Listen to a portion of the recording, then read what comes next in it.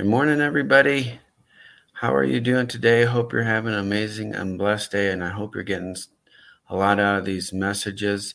Today, we are going to continue. It is day 3 of our evil series, and we're continuing on Proverbs 8:13. To fear the Lord is to hate evil, which basically says to fear God or to believe in God, trust in God, is to hate evil, and we learn that evil is harm, anything that harms us or harms another.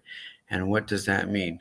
Well, what does that say? Why do we keep sinning? That is the question for today. Why do we keep sinning when we know it's going to bring harm to us and to others? Well, no one wakes up in the morning and is like, you know what, today I think I'm just going to blow my life up. That sounds like fun. I just think I'm going to wreck everything.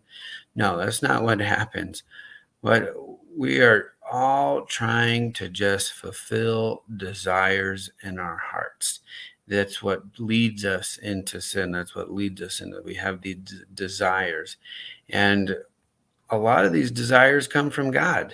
They truly come from God. God gave us the desire for sex. God gave us the desire for pleasure. God gave us the desire to feel good. Those are God-given desires.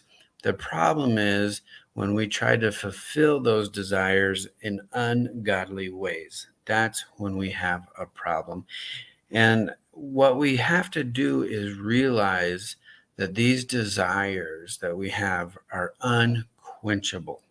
They're unquenchable. No matter how much we have, no matter how much we get, they're going to be unquenchable.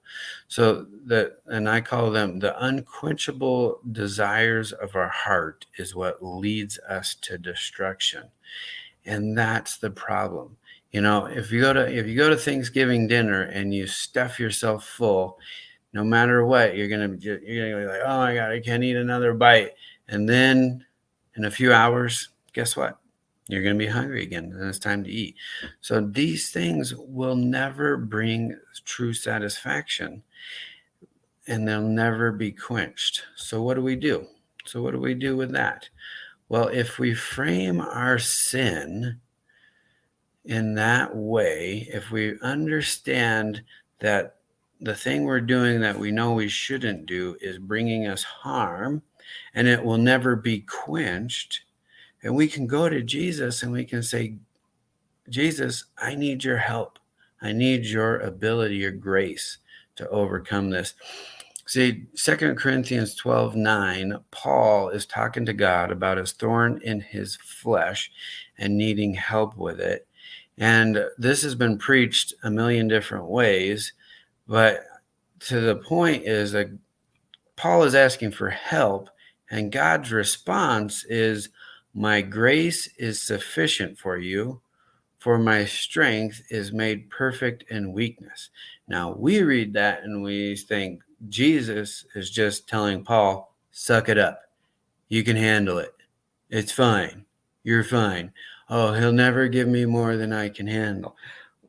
Okay, what it's actually saying is that his grace is more than enough to handle this situation.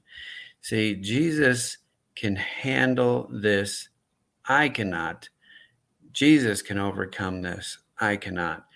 It seems simple, but it works.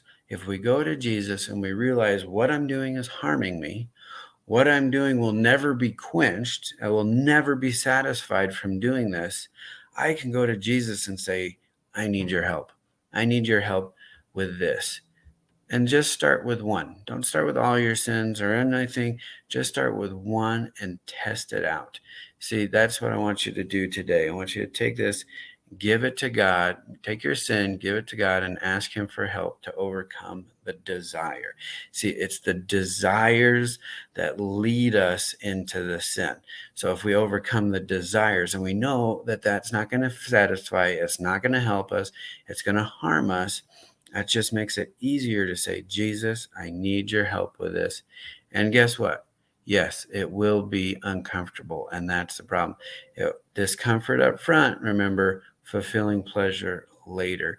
So I hope this helps you. I hope you have a great and amazing blessed day. Like and subscribe and all of that stuff, and we will